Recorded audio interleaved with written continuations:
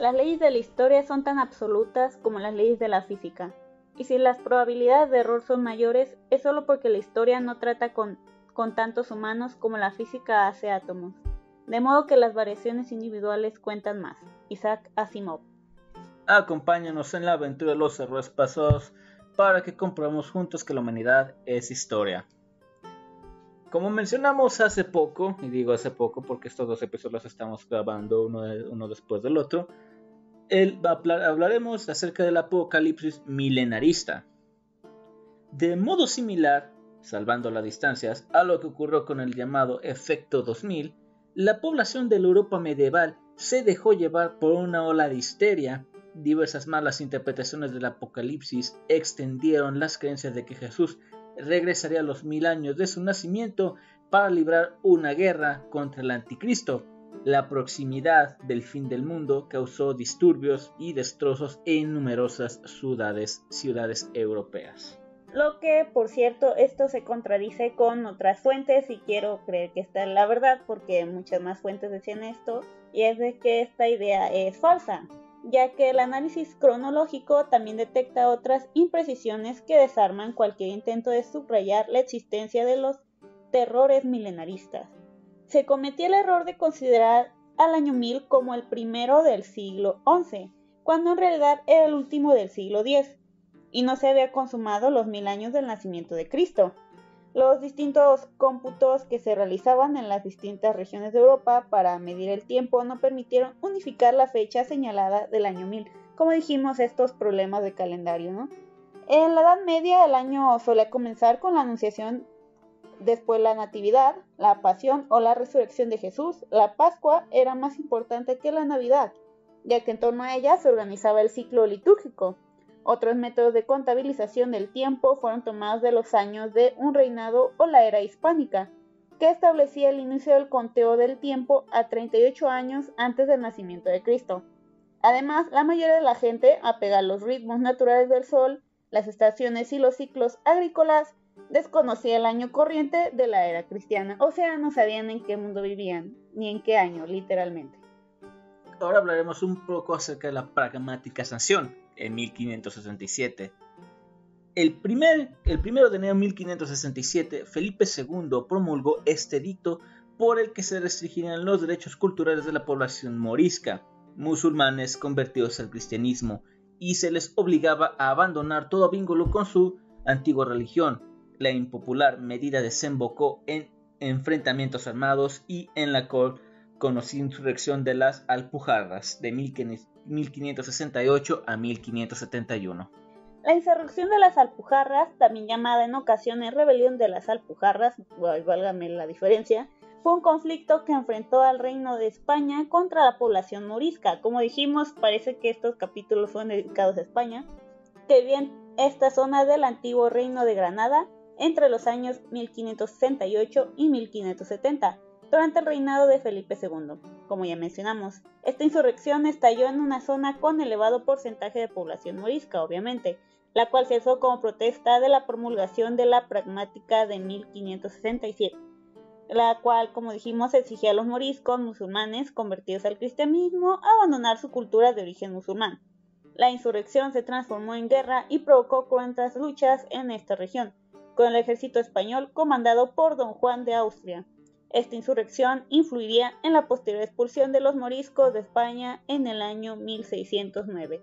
Ya saben, y después se ufanan y se dicen, uy, los nazis, y no se acuerdan que ellos también hicieron algo muy parecido. Todos hicieron algo parecido en algún momento, pero bueno. Ahora pasaremos a algo un poco menos cruento, quiero pensar. Menos sangre. En 1785 se imprimiría el primer número del periódico The Times. El comienzo del año 1785 supuso la aparición de uno de los periódicos más míticos y conocidos de la Gran Bretaña y el mundo. Ejemplo de los primeros intentos por hacer un periodismo moderno, The Times lanzó su primer número en esta fecha tan señalada y ha seguido con su publicación durante más de 200 años, convirtiéndose en un referente internacional del periodismo. Bueno, durando tanto tiempo, ¿verdad? Miren, como saben, nosotros nos metemos en política, así que solo estamos hablando del tiempo que ha durado y su importancia para el periodismo. Y bueno, el siguiente dato histórico sería la desaparición del cuerpo de mosqueteros de la Guardia Real en el año de 1816. Bueno, este cuerpo era la legendaria unidad militar francesa creada por el rey Luis XIII en el 1622. Es una de las compañías militares más conocidas en Occidente gracias a la literatura y más específicamente a las obras de Alejandro Dumas. Era una guardia personal para el rey, con infantería y caballería, por cierto, hasta que la falta de dinero hizo imposible mantenerla y Luis XVI, el tocayo del que lo inició, se vio obligado a disolverlos. Estaba compuesto por compañías de un centenar de soldados procedentes de la aristocracia y la nobleza, que ojo, esto no significaba que fueran de familias ricas, de hecho era lo contrario, hasta creen que los adineros se iban a arriesgar sus vidas, de sus preciados hijos herederos y como al final era un privilegio, te ayudaban las cartas de recomendación, tus contactos y el clásico soborno. Por supuesto, se buscaba en ellos cualidades excepcionales, tanto en el combate con arma blanca como con el de armas de fuego. Estos se formaron luego de que en 1610 el rey Enrique IV de Francia y Navarra caían muerto en las calles de París. Un fanático católico, François Ravaillac, disculpen nuestro francés, François, consiguió acercarse lo suficiente al monarca como para poder apuñalarle y acabar con su vida. Así a lo random, digo, no tenía guardias, supongo, y bueno, así es como se crean los mosqueteros, convirtiendo en un rey a un niño de 9 años que la historia conocería como Luis XIII, el mismo que después dijo, no creo que me pase lo mismo que mi sucesor, así que crearé mi propia guardia personal. Iba a tener juegos de azar y mujerzuelas, bueno, a lo mejor juegos de azar sí, pero mujerzuelas no. Pagadas aparte, no eran parte de la guardia. Sí, no eran parte de la guardia. Bueno, la obtención de la dinamita de manera industrial en 1867.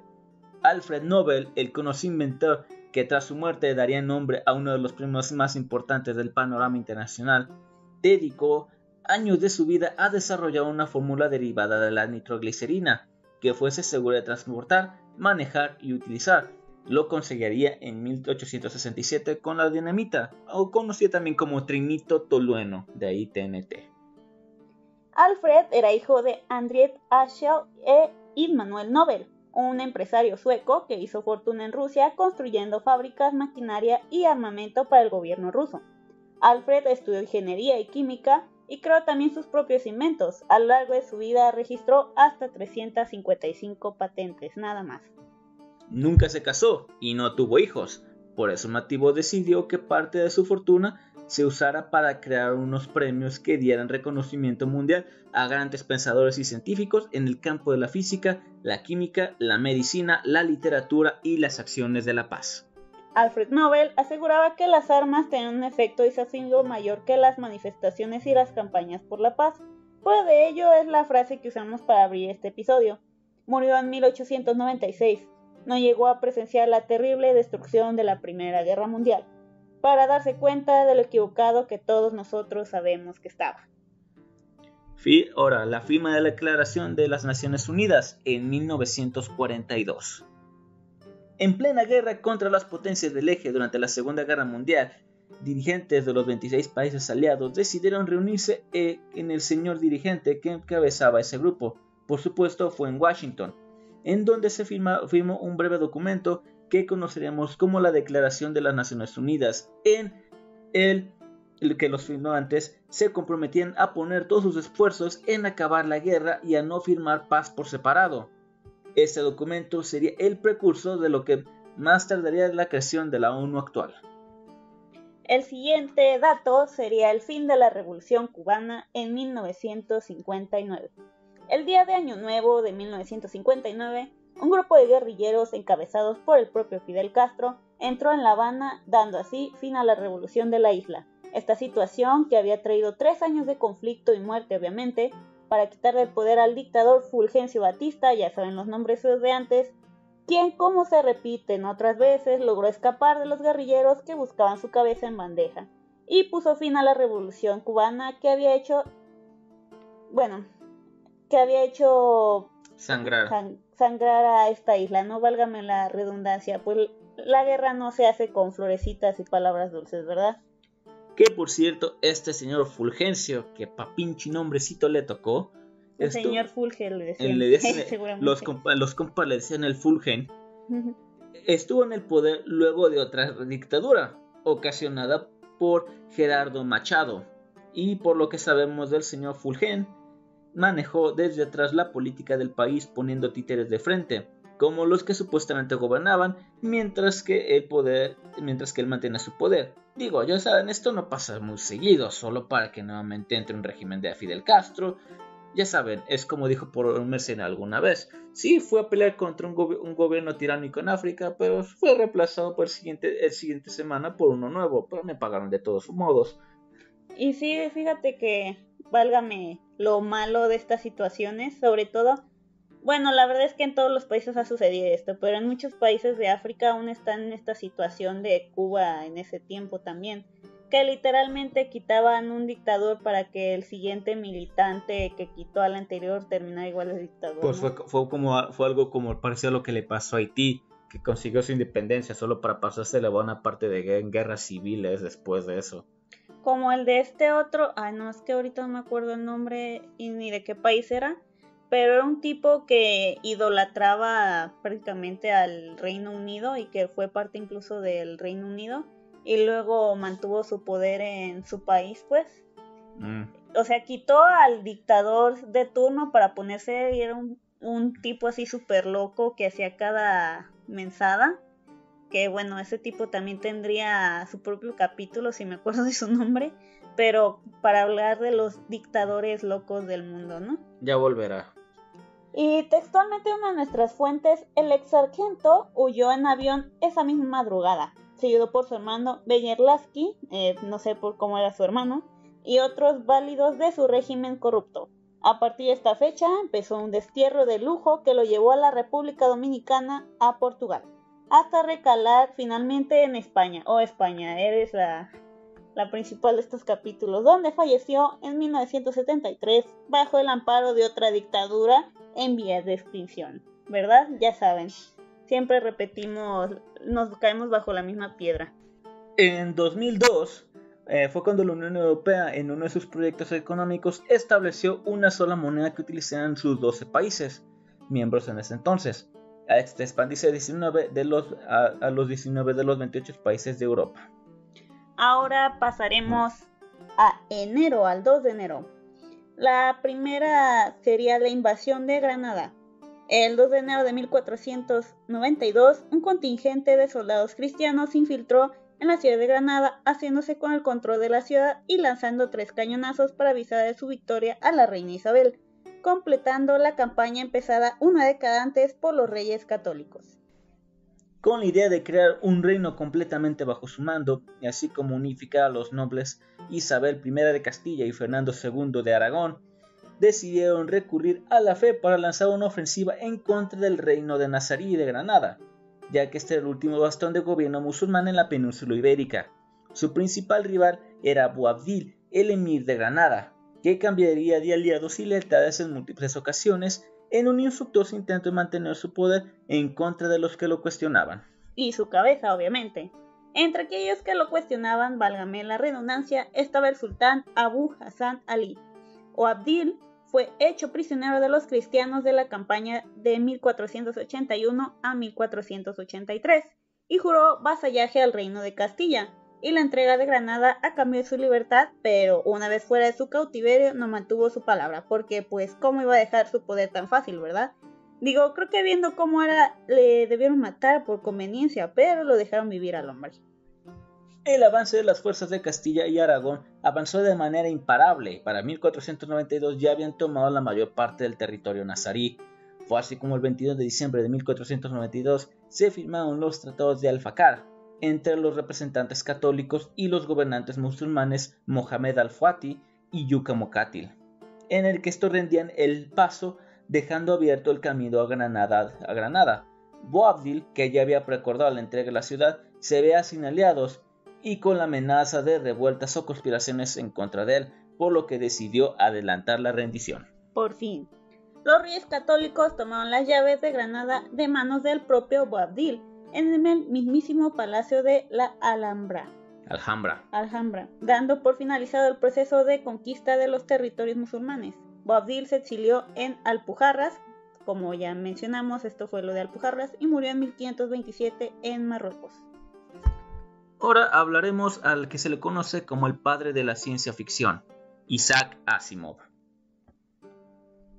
El 2 de enero de 1920, en el pueblo de Petrovichy, el cual está a 400 kilómetros al sudoeste de Moscú, nace Isaac Asimov, uno de los escritores más grandes, genios de la novela de ciencia ficción y la divulgación científica. Para 1923, la familia Asimov emigró a Estados Unidos y se estableció en Nueva York, más específicamente en Brooklyn.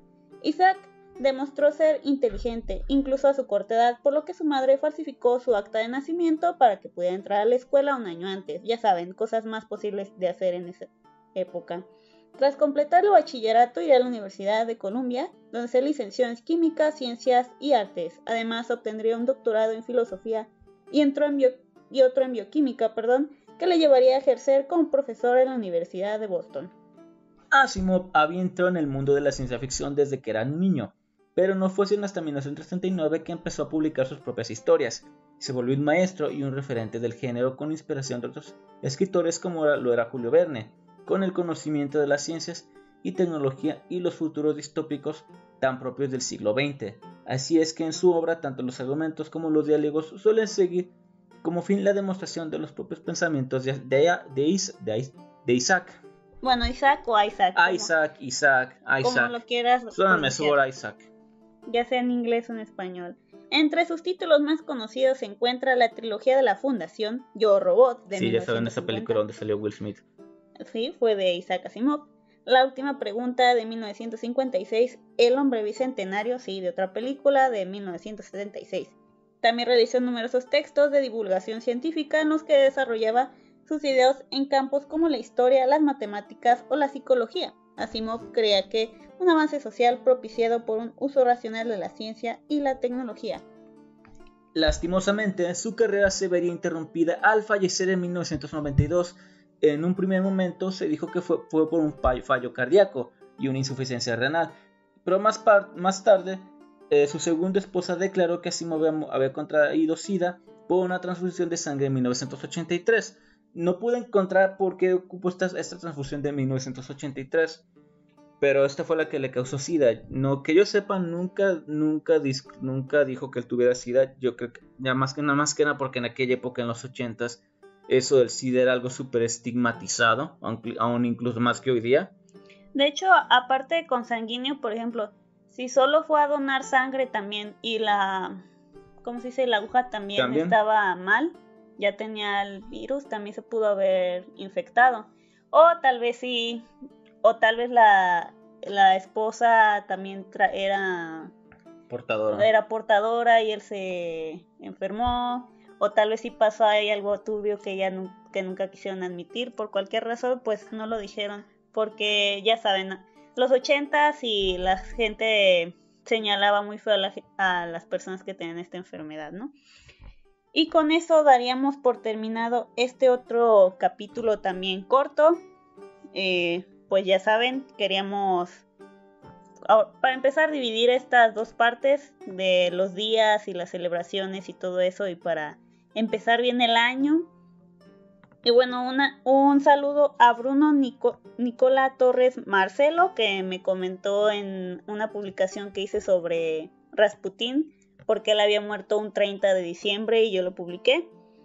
Bueno, él comentó que recuerdo haber escuchado en un documental que Rasputín advirtió a Guillermo II de la entrada del Imperio Ruso a la guerra sería el fin de Rusia. Me parece interesante que si eso hubiera sido el caso, tengo bien mapeado la situación de Rusia en ese entonces.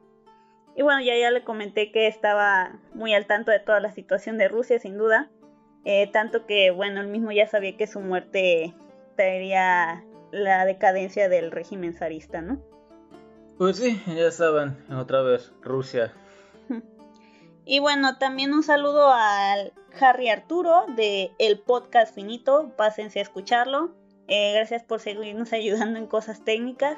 aún seguimos aquí intentando usar esas cosas que compramos y que no les hemos dado uso por cables y cables y más cables que no entendemos o que nos faltan o que no sabemos poner. Entonces, pues miren, esperamos que próximamente sigamos mejorando. Hasta aquí sería el capítulo. Gracias por escucharnos. Recuerden seguirnos en nuestras redes sociales, en Facebook, en Instagram, en Twitter ahí si les gusta, pero bueno, hemos estado viendo que es más por Facebook e Instagram que nos siguen. Ahí compartimos la bibliografía, las imágenes y todo eso. Entonces, pues nos estaremos escuchando y hasta la próxima. Adiós.